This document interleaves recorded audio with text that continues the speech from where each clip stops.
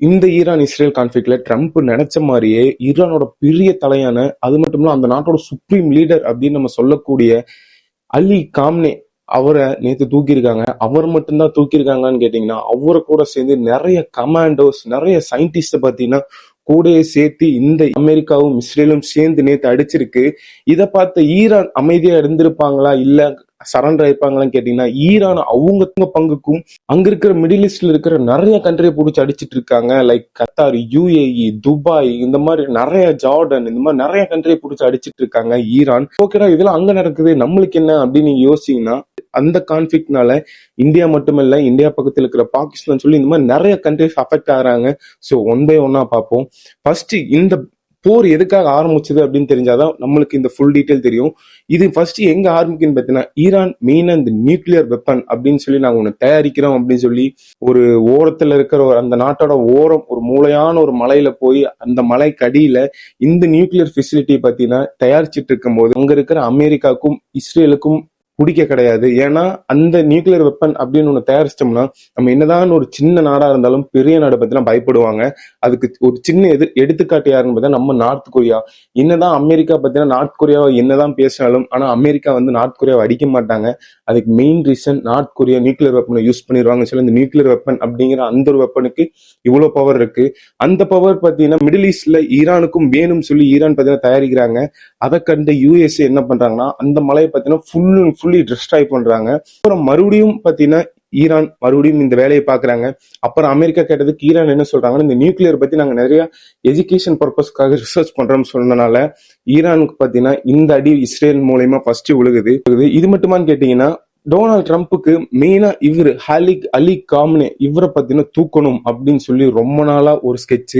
அதுக்கு இதை பிளான் பண்ணிட்டு இந்த டொனால்ட் ட்ரம்ப்பும் இஸ்ரேல் கூட சேர்ந்து நேத்து அலி காம்னேவை தூக்கியிருக்காங்க. அலி காம்னே யாருன்னா, அந்த இஸ்லாம் ரெவல்யூஷனரி லீடர். அங்க ஈரான்ல பாத்தீங்கன்னா 36 வருஷமா ஒரு ரெவல்யூஷனரி லீடர், அதுவும் செகண்ட் சுப்ரீம் லீடர். இந்த சுப்ரீம் லீடர் அப்படின்னா பிரைம் மினிஸ்டர், பிரசிடென்ட், அவங்களுக்கெல்லாம் மேல அங்க இருக்கிற லா, ஜுடிஷியல் சிஸ்டம், அதுக்கெல்லாம் மேலதான் இந்த சுப்ரீம் லீடர் ஈரான்ல. இந்த மாதிரி ஒரு லீடரை இஸ்ரேலும் யூஎஸும் அடிச்சக்கு அப்புறம் அங்க இருக்கிற ஈரான் தரப்புல ராணுவ செயல என்ன சொல்றாங்கன்னா, எங்க தாக்குதல் இன்னும் மூர்க்கத்தனமா இருக்குன்னு சொல்லி அங்க இருக்கிற ஜார்டன், குவைத், கத்தார், இந்த மாதிரி நிறைய இடத்த பத்தின அடிக்கிறாங்க. துபாய் பக்கத்துல பூஜ் கலிஃபா பக்கத்துல அடிக்கிறாங்க. அங்க இருக்கிற 7 ஸ்டார் ஹோட்டல் அடிக்கிறாங்க. பாம் ஐலாண்ட், ஆர்டிபிஷியல் ஐலாண்ட பிடிச்சி அடிக்கிறாங்க. அதுவும் இல்லாம துபாய் ஏர்போர்ட் எல்லாமே க்ளோஸ், அங்க இருக்கிற கம்யூனிகேஷன் சிஸ்டம் ஃபுல்லும் க்ளோஸ்ன்னு சொல்லி இந்த மாதிரி 2 பேத்துக்குள்ளேயும் இப்பவும் நீங்க இந்த வீடியோ பாக்குற வரைக்கும் போர் போய்கிட்டு இருக்கு. சோ இந்த அலி காம்னேவை தூக்குறதுக்கு முன்னாடி டொனால்ட் ட்ரம்ப் என்ன சொல்றாருன்னா, உங்க பிரசிடென்டா, உங்க சுப்ரீம் லீடரான அலி காம்னேவை நீங்க சேஃப்டியா வச்சிருக்கீங்க அப்படின்னு சொல்லி நீங்க சொல்றீங்க.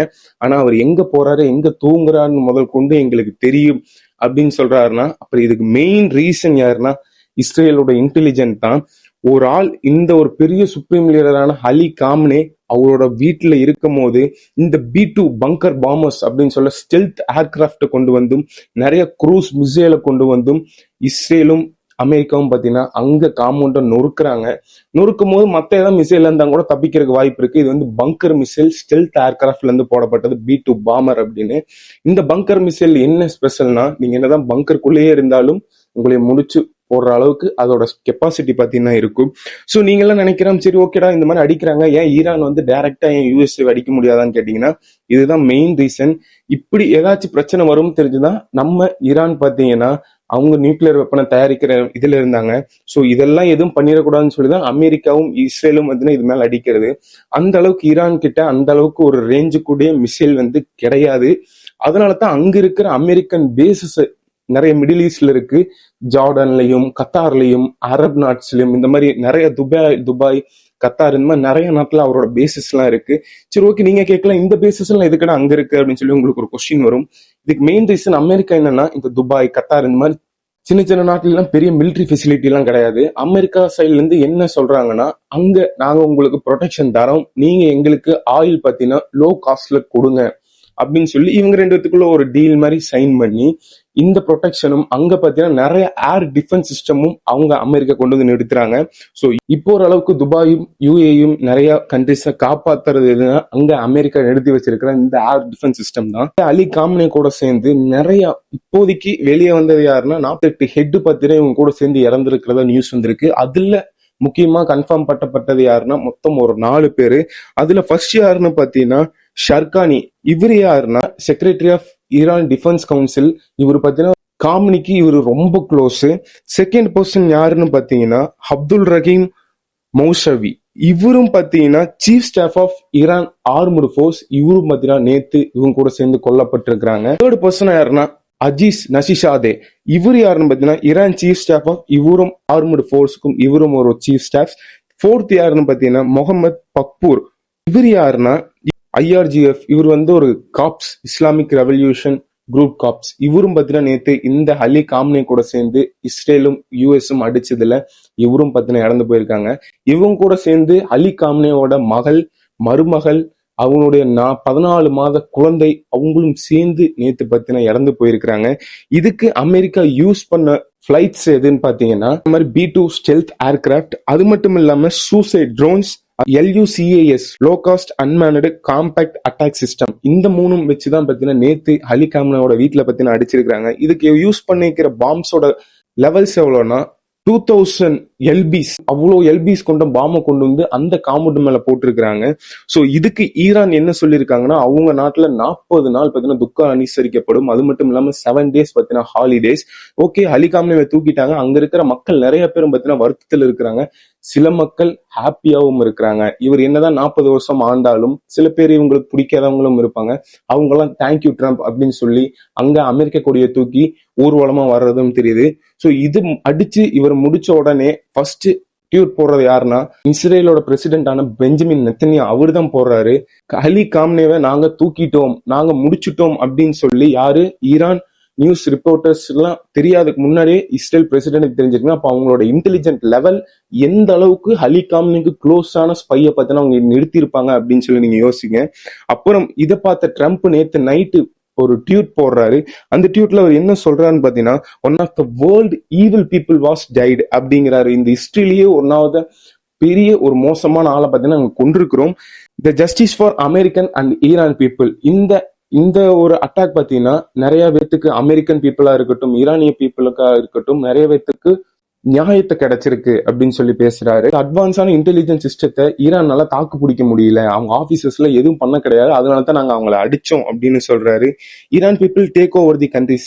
இந்த லீடர் உங்க கண்ட்ரில கிடையாது, இன்னும் உங்க சுதந்திரமா இந்த கண்ட்ரி நீங்க டேக் ஓவர் பண்ணி நடத்துங்க அப்படின்னு சொல்றாரு. மெனி ஈரானியன் சோல்ஜர்ஸ் டிராப் தி வெப்பன்ஸ். நிறைய ஈரானியன் சோல்ஜர்ஸ் பாத்தீங்கன்னா அவங்க ஆயுதத்தை கீழே போட்டிருக்காங்க. அவங்களெல்லாம் நாங்க எதுவும் செய்ய மாட்டோம், இந்த மாதிரி நீங்க நிறைய பேர் போட்டீங்கன்னா உங்களுக்கும் நாங்க பாத்தீங்கன்னா மன்னிப்பு கொடுத்து அனுப்பிச்சிருவோம், இல்லைன்னா நடக்க போறது வேற எதுவும் எங்க கையில இல்ல அப்படின்னு சொல்றாரு. ஃபோர்த் என்ன சொல்றாருன்னா the peace of the Middle East all countries அப்படிங்கிறாரு. மிடில் ஈஸ்ட்ல இவர் இறந்தது பாத்தீங்கன்னா பெரிய ஒரு அமைதியும் உருவாக்கி இருக்கு, இந்த கண்ட்ரிக்கே பெரிய அமைதியை உருவாக்கி இருக்கு அப்படின்னு டொனால்ட் ட்ரம்ப் பத்தினா நேற்று சொல்லியிருக்காரு. சரி, ஓகேடா, இதெல்லாம் நடக்குது, இந்தியாவுக்கு என்ன இதுல அப்படின்னா வேர்ல்டுலயே க்ரூட் ஆயில் சப்ளை பண்றதுல மிடில் ஈஸ்ட் பத்தினா ஒரு பெரிய பங்காற்றுது. 51% க்ரூட் ஆயில் பத்தினா மிடில் ஈஸ்ட்ல இருந்து தான் வருது. இப்போ இன்னைக்கான பேரல் ரேட் என்னன்னா $80 பத்தினா பேரல் ரேட்டு.